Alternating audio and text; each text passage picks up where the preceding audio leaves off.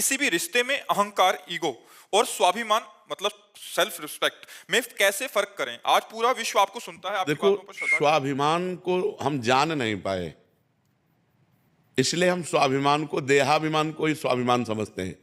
अपनी कुल, अपनी जाति, अपने पद, अपनी प्रतिष्ठा को हम स्वाभिमान समझते हैं। स्वाभिमान शब्द परम पवित्र है, स्वाभिमान की रक्षा करनी चाहिए, पर स्वाभिमान का मतलब शरीर को लेकर नहीं है, स्व तत्व को लेकर है।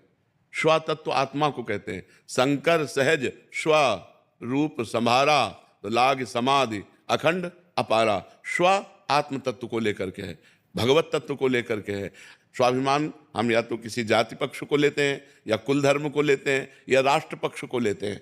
कोई ना कोई हम पक्ष लेते हैं, लेकिन स्व का सही अर्थ है आत्मस्वरूप। आत्मस्वरूप, हम आत्मस्वरूप अर्थात भगवत मार्ग के विरुद्ध नहीं चल सकते, उसे अभिमान नहीं कहते। जैसे अस अभिमान जाई जन भोरे, मैं सेवक रघुपति पति मोरे। सिया राम जी मेरे प्रीतम है, पति हैं, स्वामी हैं, और मैं उनका सेवक हूं। अब मैं धर्म के विरुद्ध नहीं चल सकता।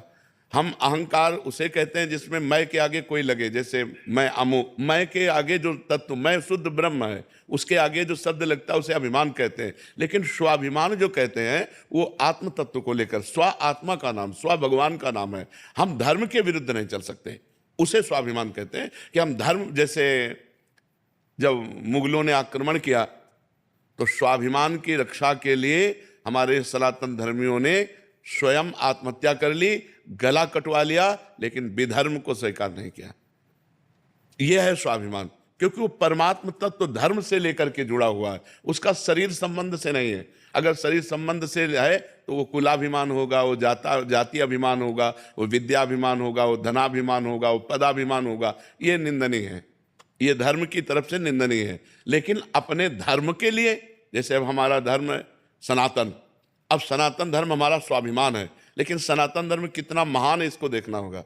सनातन ब्रह्म है, सनातन वायु है, सनातन पृथ्वी है, सनातन जल है, सनातन श्री कृष्ण है, सनातन श्री राम है। हम अपने इस धर्म के पालन के लिए प्राण त्याग देंगे तो हमारी सदगति हो जाएगी। स्वाभिमान जागतिक प्राकृतिक प्रपंच को लेकर के नहीं, वो अभिमान होता है। और जो भागवतिक धर्म को लेकर होता है उसे स्वाभिमान कहते हैं। जैसे हम अपने धर्म की रक्षा के लिए प्राण त्याग देंगे, चाहे जितना कुछ हो जाए, हम धर्म भ्रष्ट नहीं हो सकते। हमारा चाहे गला काट दिया, इसे कहते हैं स्वाभिमानी पुरुष है। अभिमानी पुरुष कहते हैं उसे जो अन्य बातों को, प्राकृतिक बातों को लेकर गर्व करता है, लेकिन ये स्वाभिमान तो बना रहना चाहिए। इस स्वाभिमान पर चोट आने पर हमें सहन नहीं करना।